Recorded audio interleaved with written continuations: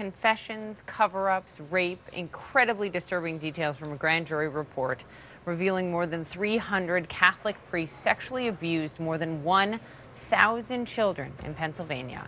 Some of these cases date as far back as 1947, and I want to warn you, the details are extremely graphic and disturbing, but it's really important to lay them out there fully to understand the full scale of the abuse here. One priest is accused of raping a 7-year-old girl who was in the hospital, a 7-year-old girl after her tonsils were removed. Another priest accused of impregnating a 17-year-old girl and then arranging an abortion. And a grand jury also uncovered a ring of priests who had allegedly shared information by creating pornographic videos where they used whips to sadistically torture their victims.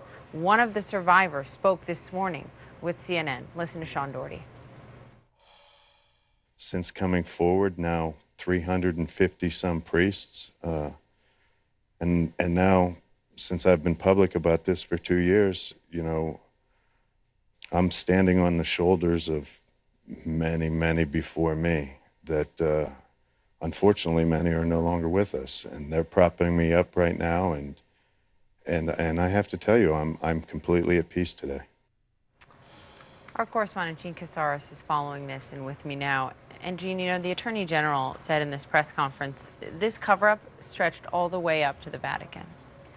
And we have heard from the Vatican, so to speak. They are saying this morning that they are not releasing a statement on this report or on this abuse at this time. So we'll see what happens in the short term. But this massive report, 885 pages, so much was learned about what priests did to young children, but also the procedure of how they covered it up. We learned in this report that there were secret archives in every diocese, and that's where they would have these internal documents that actually describe the abuse that was going on, but only one person in every diocese had the key, according to the report, and that would be the bishop.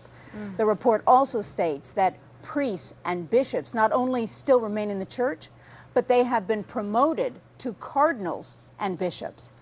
And the report was written by the 23 grand jurors that listened to testimony for so long. It took 2 years to write the report. They listened to dozens of witnesses testifying before them and almost 500,000 documents. And probably one of the most, we can't discuss what actually happened to these young people because it's too graphic. It is far too graphic, but it was young men, little boys, little girls. Females were victims too, and here's one of the priests that had so many allegations against him finally quit the priesthood.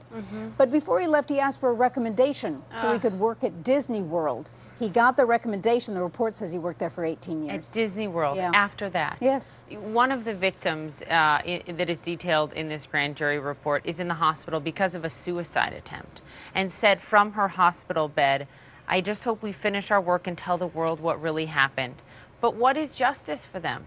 I mean, what about the statute of limitations? Doesn't that prevent a lot of these evildoers from even being prosecuted? It's so true, and it's so ironic because of the cover-up that was done, and this was outlined by the Attorney General yesterday. Most of these cases can't be prosecuted because the statute of limitations has run. Out of 301 priests, at this point they can prosecute 2 for alleged abuse. Two, but so the what about investigation rape? continues. I mean, is there a statute of limitation on rape? Everything has a statute of limitations at this point except murder. Wow. Jean, thank you. You're welcome. Okay. Also,